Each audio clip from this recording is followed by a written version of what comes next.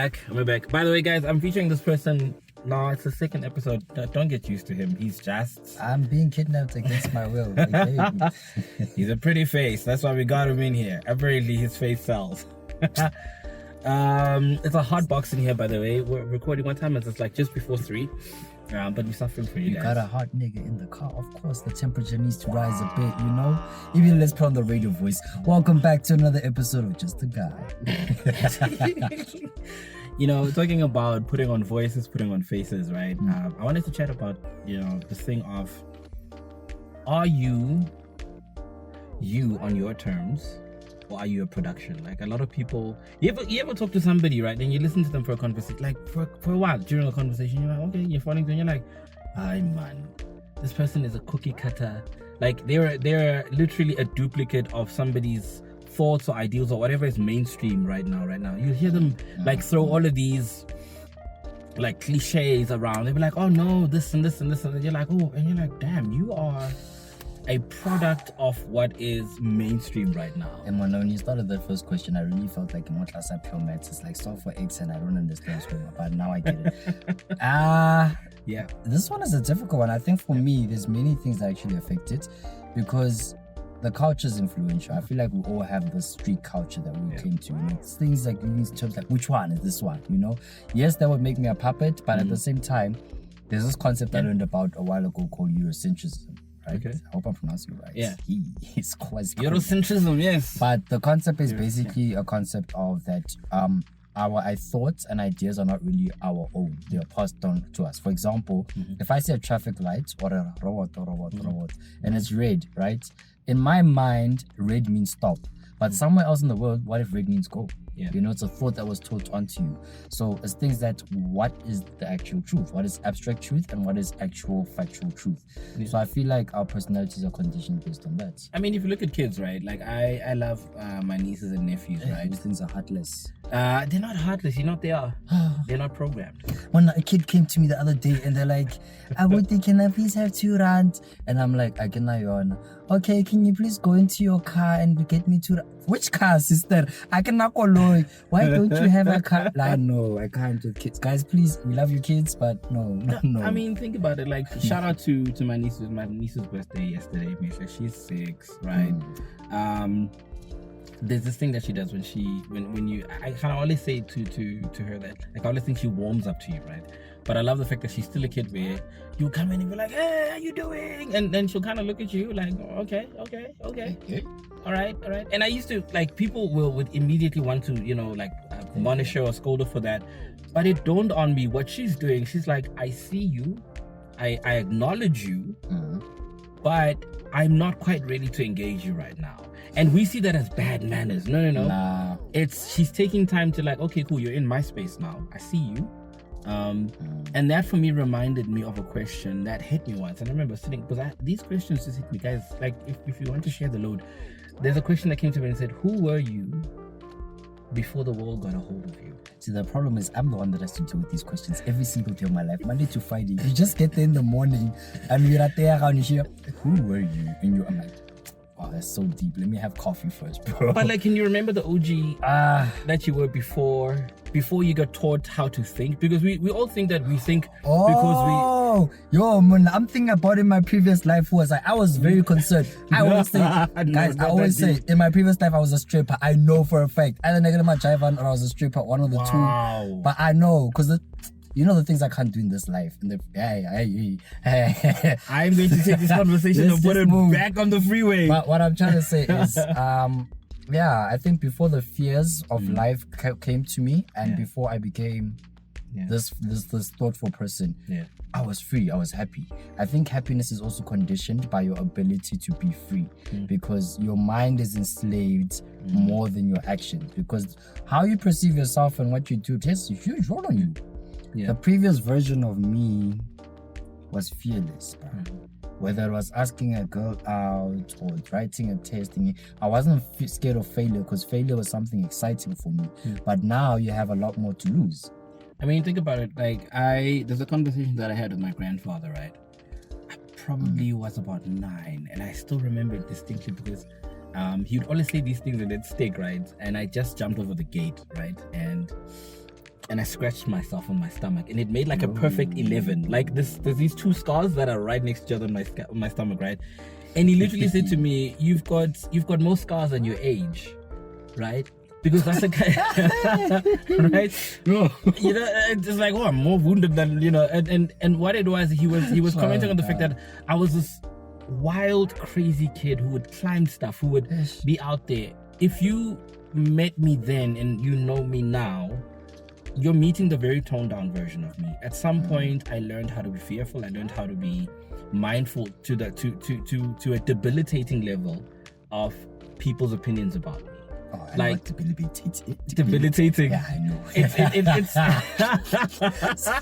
every morning, bro.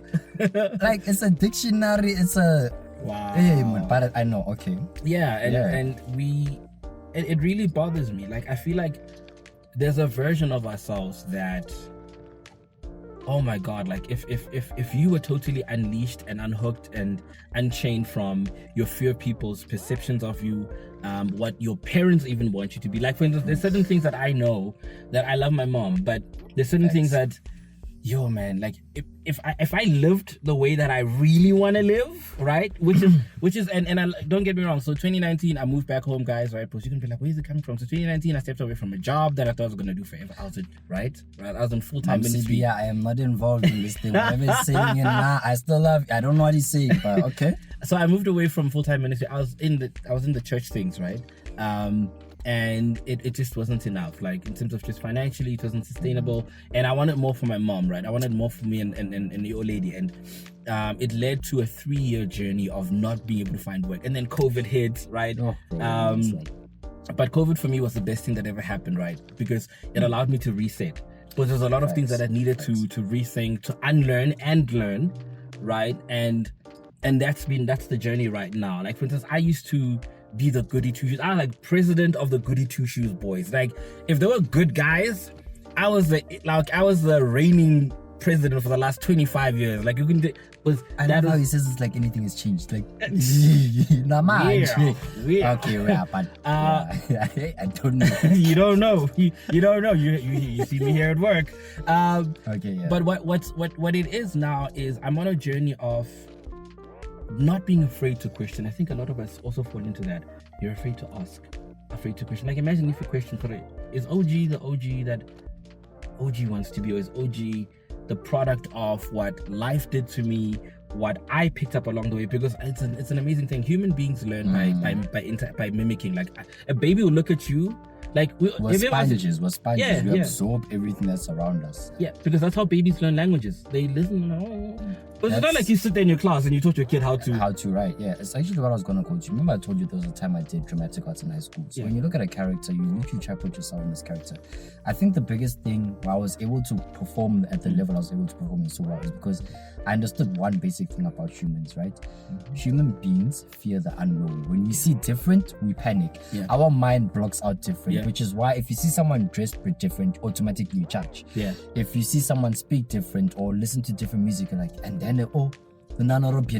know? Yeah. But those things subconsciously play a thing onto us that, I can't behave like this. I want to go to work in my pajamas one day and no one's going to tell me anything.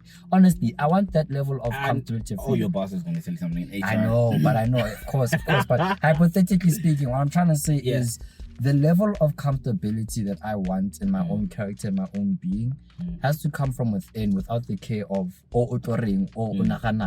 understand? Yeah. I think we have fears. All of us have phobias. I mean, imagine the tragedy of living your whole life. I thought you were going to say the tragedy of singing pajamas. I'm like, hey, plus wow, no, that would therapy. Deep therapy. But no, it's not that cheap therapy. This is gonna be, this is trauma. But it's the thing of, imagine living your whole life never having been who you're supposed to be because of you're subscribing to, oh no, my parents want me to be this. My friends, if I become this, I'm gonna lose the friends that I have, or if I start doing things this way, I may have to change my entire world, right? I always tend to think sometimes, how some people will start a business and we're thinking, it's because they wanted to make money. Some of them wanted to come to their job, get a job. Because if I'm the boss, if I really, really am the boss, it doesn't matter. Like, unless of course I'm sitting in front of clients. You can do whatever. But if I'm in a onesie in my office and it doesn't affect business, I'm gonna show up in a onesie. Exactly. And I think the fight has always been. And this is a bit high, high level, sort of abstract. Look at, for instance, we're on campus right now, on Viz campus, right? There are different buildings. These different buildings are expressions of people's different interpretations or takes on what a building is supposed to look like. There's a fight for self-expression, for individual expression. That's why we have different cars. That's why somebody would say, I'm a Merc person. You're like, it's a car. It has an engine. It's 4 tires. But I think it's also, for me, what I'm seeing, a lot of us, we struggle with conformity and comfortability. To break that cycle is difficult. Don't let anybody lie to you and tell you different. I think the truth that not a lot of people speak about is that it's not easy. It's not easy letting go of your day ones. People that you thought are my bro, my family. I need to let go of you so I can become the person I need to be. It's not easy letting go of a relationship that is over, but you feel like you're not gonna let guessing. That guess is gonna suffocate you, my boy. It's not easy breaking down habits. My cousin Kezaka, he told me one thing, right? The best way to break a habit is to replace it with something positive, because you can't just switch the next day and be I want a 6-pack. No, it's gonna be hard. Your first few days you're excited, you have adrenaline. What happens when that motivation runs out? So to change and become this version of yourself, this grand ideal, I mean, even in nature we see it. So things like a butterfly needs to isolate itself. Okay, before it becomes a butterfly, a worm needs to isolate itself into a cocoon and be in its own space and own surrounding before it emerges into the best version of itself. Like, how many of us have given ourselves that chance to be in that cocoon, to separate ourselves? There are people that are running from themselves, right? And I think I said this in the last one, that you come across people that are running from themselves because they haven't given themselves enough time to actually see themselves for who they are. Like, for instance, you may not necessarily like who you are. Like, for me, the biggest question I always try and figure out, why do I think the way that I think? Why do I see things the way that I see them? And I almost want to ask, who left fingerprints on you? Like, if on your soul, on your mind, who are the people that left their fingerprints on you? And do you like what they left on you? Right? Because some of us are products. We may think, I'm who I am because I wanted to be who I am. No. You are a product, a byproduct of after life and people and circumstances and situations and experiences. And it's like I said, it's hard to break that cycle, because even the same thing. Look, my mom is an amazing mom. She did everything she can, but then she also has her own flaws and everything. And then one thing that I've learned from, I think, most Africans is be humble. But for me, that was holding me back so much in my own career, because there's a time to be humble and there's a time where you gotta show everybody who I am. Like, for real, like, I feel like I needed to build this level of confidence. Nando knows, he warns me so many times, because I say whatever, I do whatever. Zero filters. Yo, we're getting kicked off campus because of this guy. And not yet, but soon it's coming. There's a situation that I'm gonna deal with. If you see us podcasting from a park bench, just know we're gonna kick that out of the campus. But it's okay. Another topic for another day. But what I'm trying to say is that, in all honesty, I feel like the people closest to us has the biggest influence on who we are as individuals, But at the same time, we have so much external features that we forget about the internals. And for me to become this version of myself, like I said, breaking habits is not easy. Do you understand? Every habit, from something is like smoking, it's hard. You get progress, you build a few steps, and then you start rolling back down. And I feel like once you start building your own mental pattern on, if I can break this one habit and replace it with something positive, you are slowly moving in the direction that you want to move into. Yeah, I mean, I love the fact that you touched on something like, for instance, smoking, right? We tend to deal with what I want to almost call the administrative side of it, like I don't know what you want to call it, but there's an emotional part of it. Can you remember why you started smoking? Like, there was a need for you to pick up a cigarette, right? Or you understand? We just want to deal with the fact, like, okay, I'm going to deal with the science part of it. No, but what about the emotional part? What about the certain things that you do that you don't like about yourself, right? Remind yourself, why did I start doing that? And if you can find that, You fix that. And then you draw a pattern back to, okay. You find the why. So, we're going to keep this short because I wanted us just to kind of be punching up at it. But look, I love talking, we both do, but clearly I always tell this man already. Sometimes you must be like, this episode is probably brought to you by. Catch me next time. You better like, you better subscribe. I'm not asking. I told you I'm not a humble person. It takes effort for me to talk. Please, I want to talk to you more. But I appreciate, guys, can I just say, right? As much as, just a guy, I really appreciate that we are here. And I feel like this is bigger than us. We're going to do this. We don't care about the likes, the followers, and everything.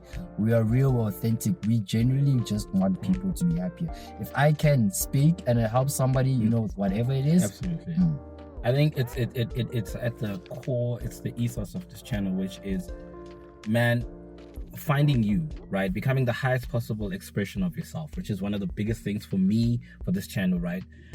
But also more importantly, especially this episode, was, can you remember who you were before the world got a hold of you? Like, who were you? And put insert name. Who was insert name before my parents told me who to be, before my friends told me who to be, before social media? Because a lot of us actually don't know. We are byproducts. We are students of social media. Yeah. Right? We're disciples of social media. Yeah. And can I just say on the record, in my previous life, I take it back. I know in my previous life I was an African rock star. Not a other star, but African rock star. I don't know about my previous life. Alright, guys. But I hope I remember this life so that I don't repeat the mistakes I made in this life. You must come back as me, bro. But yo, man, thank you guys for the love, for the support. Yeah. And guys, don't quit. Don't quit on yourself. Don't quit on finding you. Go against the grain. That might mean family, that might mean everybody that is important to you right now. Because what's the point of you giving them a version that you think should be you? You're robbing them of you. You're robbing them of I'd rather be hated for who I am than to be loved for what I think people need me to be. I'm not putting on a show. This is not. I know this is a podcast, but my life is not a show. This is real. Yeah, it's a story. Guys, Dango means thank you, and Escom means we out. Bye.